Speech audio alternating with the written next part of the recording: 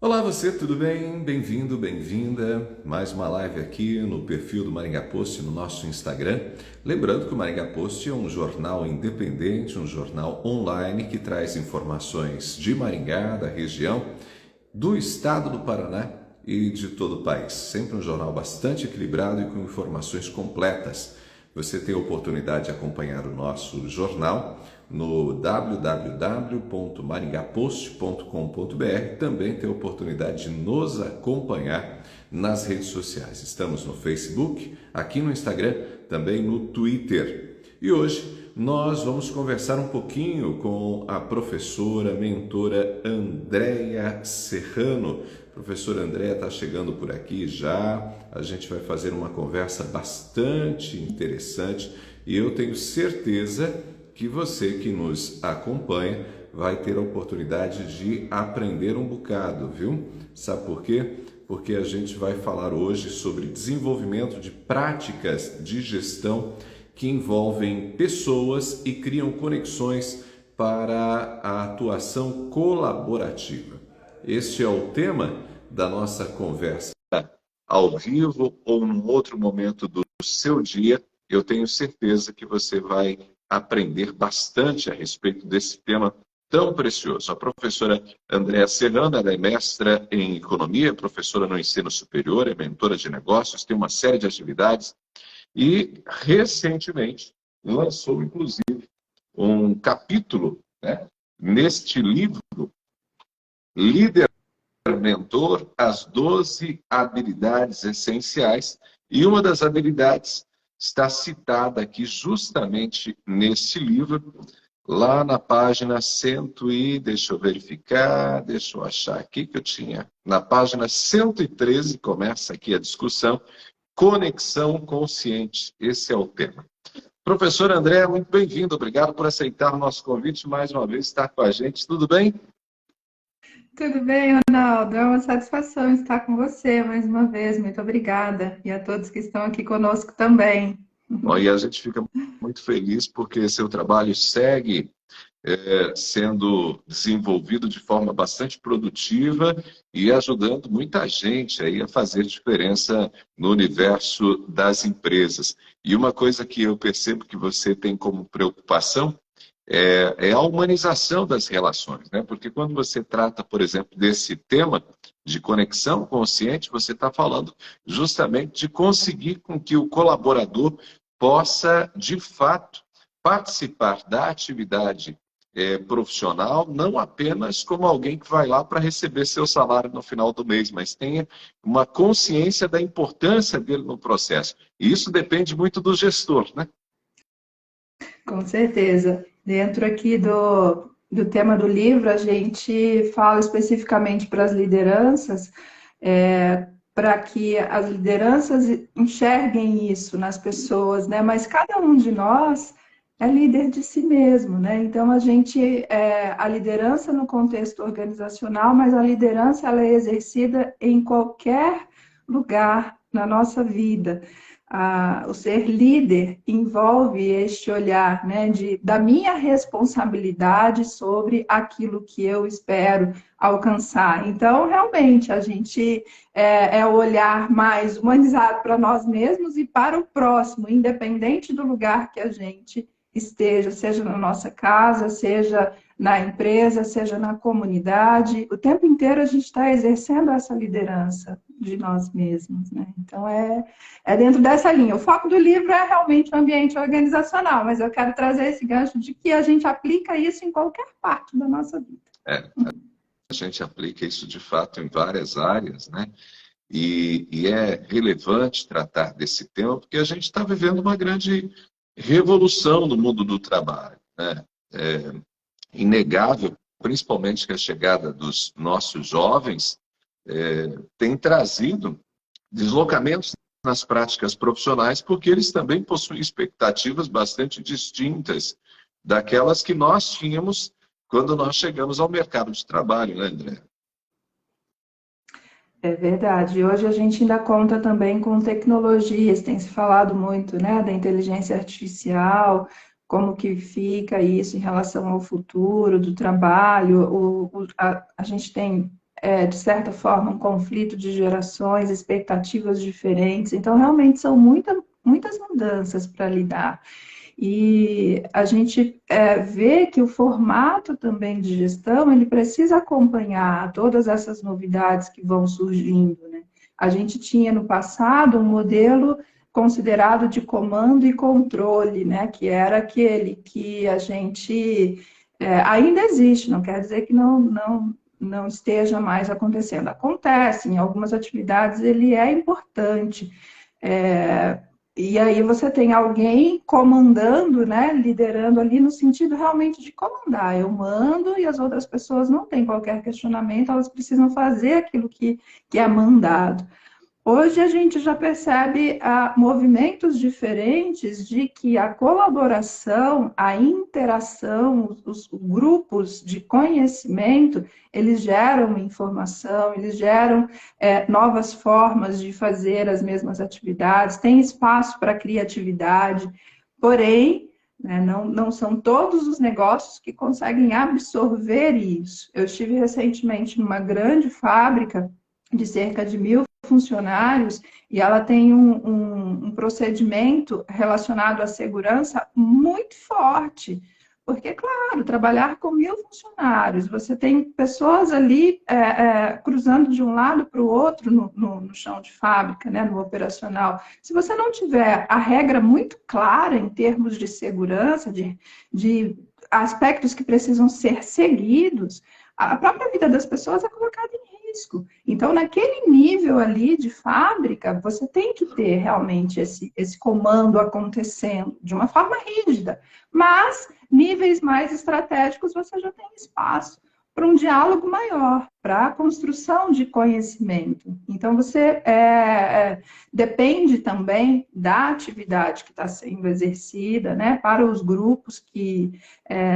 veja que, assim, não há uma regra que vai funcionar para todo mundo. Nós estamos falando de novidades, de novos tempos, então a adaptação ela é importante e a adaptação também conforme o modelo de negócio, conforme os resultados que eu espero alcançar. Então, a adaptação e flexibilidade são termos bem importantes para o momento que a gente vive. Você cita esses dois termos, adaptação e flexibilidade, que são termos que parecem da moda, né? Mas que representam, de fato, demandas, né? Exigências para poder responder a todas as mudanças que a gente tem. Você cita, inclusive, no capítulo Conexão Consciente desse livro, você pontua que o sucesso, né, do líder está justamente nessa capacidade, nessa habilidade, né, de dar conta das mudanças rápidas e inesperadas que estão acontecendo. E são mudanças rápidas e inesperadas que não estão acontecendo hoje. A gente sabe que elas vão continuar acontecendo amanhã, depois, e que elas não apontam para uma direção, mas em múltiplas direções, né? Sem contar que sempre é possível, inclusive, um voltar, um retornar. É completamente imprevisível. Exato. Eu venho da área da economia e na economia a gente fala dos ciclos econômicos, eles sempre existiram. Tem um economista que um escritor que trouxe o conceito da destruição criadora, inclusive é bastante utilizado num cenário de inovação, de startups. Exatamente, a gente passa por fases de destruição relativa para construir algo novo, né? A pandemia foi um grande exemplo disso. A sala de aula, né? Nós tivemos, enquanto professores, nós migramos para a aula online e isso causou uma disruptura, causou incômodo, desconforto de vários níveis, mas a gente alcançou um nível superior depois, a gente criou novas possibilidades de negócios, de interação com as pessoas. Então, você cria também a partir de algo que é desconstruído. De fato, sempre foi assim, né? Os ciclos econômicos demonstram isso, as inovações tecnológicas demonstram isso, e não vai parar, vai continuar. Por isso que a gente precisa estar consciente de que as mudanças elas existem na nossa vida. Os próprios ciclos da natureza representam isso, né? A gente tem as estações do ano, às vezes aqui em Maringá não está tão evidente, né? Mas existe inverno, existe outono, existe verão, existe primavera. Então, cada fase tem o seu propósito, a sua razão de ser. E assim acontece com os movimentos também organizacionais, com os movimentos na nossa vida. E ter um pouco de um olhar mais consciente para tudo isso é importante entender que a mudança vai acontecer. E como que eu me adapto a isso? A colaboração é um fator-chave. Estar com pessoas, buscar conhecimento, né? Então, se eu tenho a quem recorrer, se eu tenho um grupo de apoio, isso facilita tanto. Puxa, a minha jornada como professora é um grande exemplo disso. Quando eu comecei a atuar como professora, eu nunca tinha atuado como professora, né? Assim como acontece com a maioria de nós. Vai trabalhar pela primeira vez, é a primeira vez. E aí, como é que faz? Existe uma rede de apoio, existe um grupo de professores que estão ali, olha, o caminho, né? Você tem liberdade para seguir, mas eu já fiz assim, fiz assado, funciona, né? Então são práticas que de repente podem dar certo para você. Como isso é rico, como isso é importante. E todos nós começamos de algum lugar, em algum momento.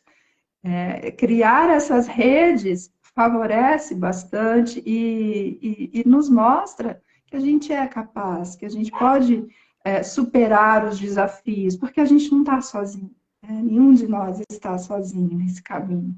Acho que isso traz um alívio, né? Assim, André, mas esse é um grande desafio, né? Porque quando a gente fala de criar essa rede, a gente está falando, inclusive, de uma predisposição que deve haver em cada um de nós, em todo o tempo, de nos conectarmos com pessoas, né? E quando a gente faz isso, não dá para fazer isso apenas tendo junto da gente pessoas que pensam exatamente igual a gente, né? Porque me parece o grande desafio, inclusive, do líder, né? É ter um grupo ali que, por vezes, às vezes não vai na mesma direção, né? Não pensa da mesma forma, né? Estar aberto ao diálogo é bem importante, né? Um dos passos que eu cito no meu texto é a comunicação, né? E a comunicação não só como a fala, mas também como a escuta. E ter uma escuta ativa, uma escuta clara, envolve isso, escutar sem os meus pré-julgamentos, né?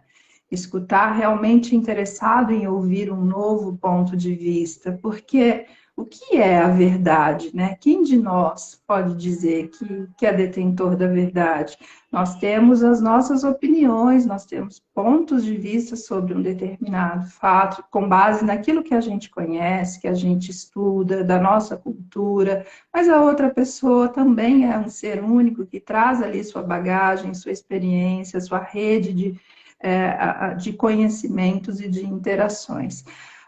Estar aberto a isso é bem importante. E realmente não é algo fácil, porque exige humildade, né? Exige realmente querer fazer uma mudança, criar valor e respeitar o outro como um ser único, também dotado de conhecimento, é nobre, é essencial, mas realmente é desafiador, porque muitos de nós, em algum momento da vida, se coloca nessa posição de eu já sei, eu não preciso que ninguém me diga.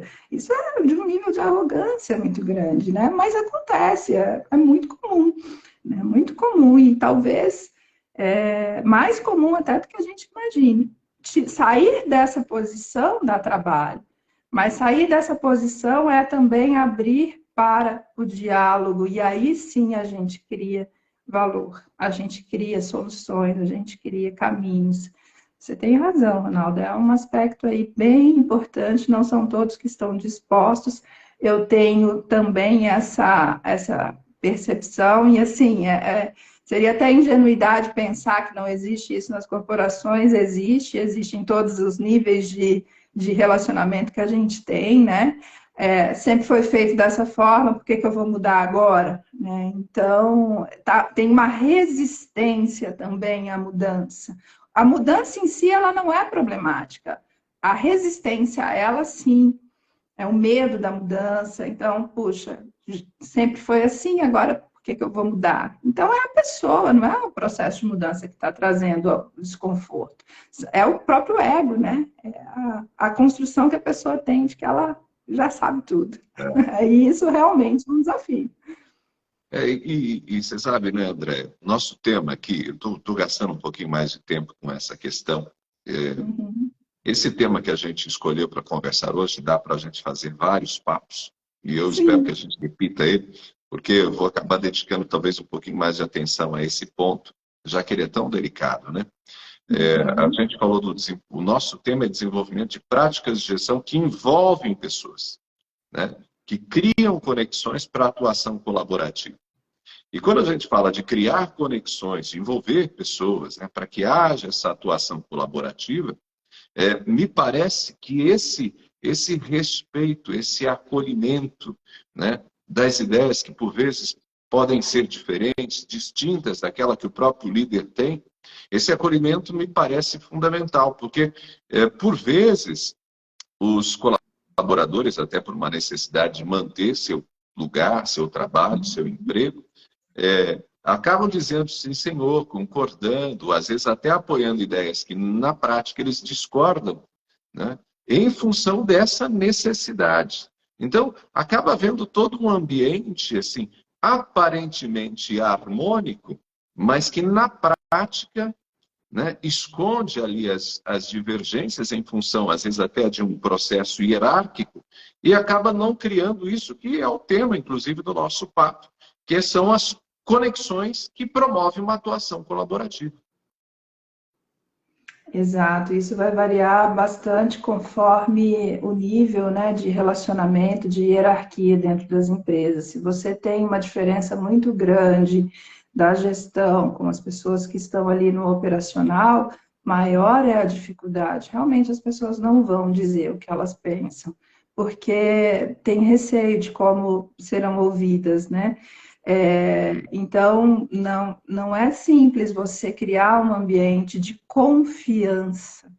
A confiança é um aspecto chave dentro desse diálogo, né? Mas esse exemplo precisa vir de cima. As lideranças, elas precisam estar dispostas e criar este ambiente de confiança para que as pessoas se sintam realmente num espaço, né, de acolhimento, porque a gente vivencia muitas situações que, se você coloca uma opinião, já tem uma rejeição, né? Não é por causa da sua opinião, é porque o outro, às vezes, não está preparado para ouvir. Então, realmente, são vários níveis de diálogos e isso é uma construção. Passa pela confiança, passa por uma comunicação não violenta, né? Eu preciso saber como eu vou dizer as coisas, também eu preciso saber como ouvir, ao tal do feedback, né? Como que eu vou levar uma avaliação para a pessoa de uma maneira que não seja ofensiva. Tem muitas coisas que precisam ser trabalhadas nesse sentido. Agora, quando você está num nível mais alto da gestão, a gente costuma falar de níveis de consciência, né? Para pessoas com níveis de consciência mais alto, que estão, de repente, num grau de interação que já existe essa confiança, aí é muito mais rápido de você criar valor, porque o diálogo já está muito próximo. Agora, quanto maior a hierarquia, quanto maior for a distância entre as pessoas, maior a dificuldade porque ainda não foi conquistada essa confiança e essa comunicação de forma mais aberta, né?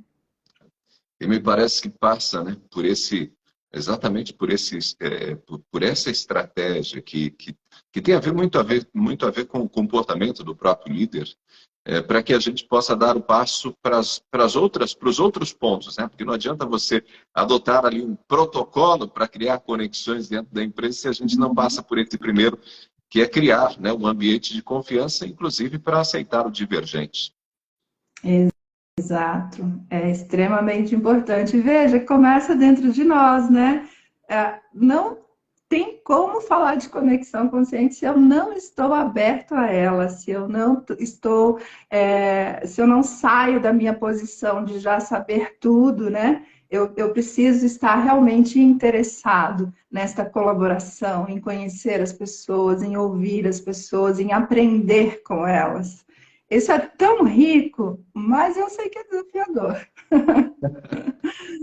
Bom, André, a gente está caminhando já para o finalzinho do nosso papo. Acho que a gente está plantando aqui uma sementinha importante e eu sei que você tem tentado plantar essas sementinhas aí em diferentes empresas, em diferentes espaços pelos quais você circula, né, tentando levar essa mentalidade para dentro das empresas, para líderes e também para os colaboradores. Mas eu gostaria de te deixar à vontade, quem sabe, para algumas dicas adicionais nesse papo de hoje. E quem sabe a gente volta a explorar os outros aspectos, inclusive do desenvolvimento dessas práticas que criam conexões para uma atuação colaborativa em outros bate-papos.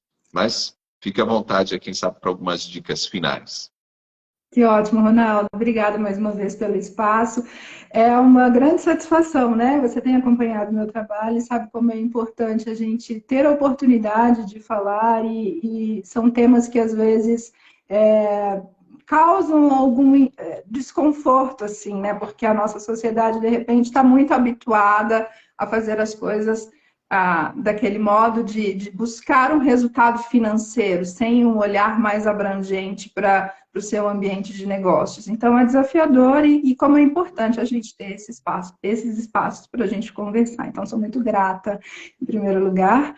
E para quem nos escuta, quando eu falo de conexão, eu falo de interação com as pessoas. Estar consciente é o estar consciente de que a gente não é nada sozinho, né? A nossa vida toda é pautada pela colaboração, especialmente nos ambientes de trabalho. Se cada um está buscando um objetivo diferente, não tem resultado efetivo, né? Então, a gente precisa estar conectado de maneira também a buscar objetivos que são comuns, mesmo que seja um objetivo individual, mas que se conecta com o objetivo do outro, que é o de evoluir, que é o de crescer profissionalmente. Então, se todos nós estamos engajados em crescer, em evoluir profissionalmente como pessoas, como que a gente pode fazer isso de melhor forma?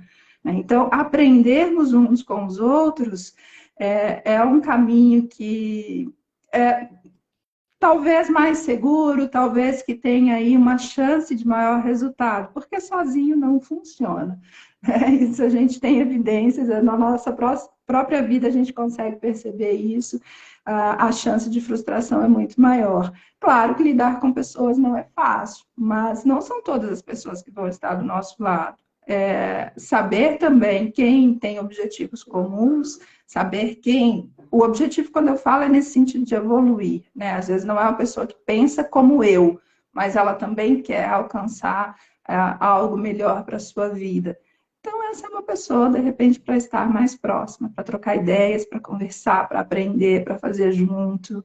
A gente vai se conectando com quem tem ideais, né, parecidos com os nossos, e isso é muito real, né? A prova disso é estarmos aqui. É isso mesmo. André, eu quero te agradecer mais uma vez por falar com a gente, né? Eu sempre digo, né, nessa minha jornada também, que o trabalho da gente é plantar algumas sementes do bem, né?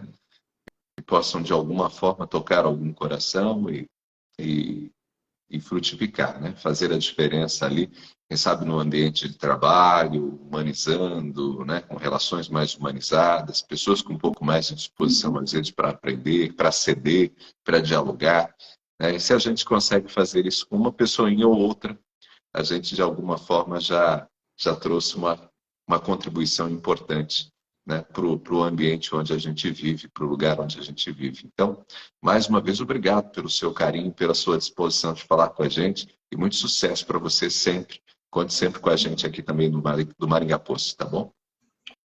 Muito obrigada, Ronaldo. Muito obrigada, Maringá Post, a todos que estão aqui com a gente. Um ótimo dia. Nós conversamos com a professora Andréa Serrano, ela que é mentora de negócios. Você pode conhecer um pouco mais do trabalho da professora Andréa passando pelo perfil dela aqui no Instagram. A gente já teve outros bate-papos aqui também, tem os vídeos que estão disponíveis tanto lá no perfil dela, quanto também pode dar uma olhadinha aqui no nosso histórico das lives, né? E a gente fica sempre à disposição de você que nos acompanha no Maringá Post, tanto aqui no perfil, quanto também no nosso site, que é o www.maringapost.com.br, com informações das mais variadas, inclusive sobre o universo de negócios, de empresas, de gestão, e o meu convite para que você acompanhe sempre o nosso trabalho. Eu sou Ronaldo Neso, fico por aqui, mas a gente se encontra sempre nas páginas do Maringá Post e também nas redes sociais. Um grande abraço, um ótimo dia, um restante de terça-feira para você. Muito abençoado. Valeu, gente.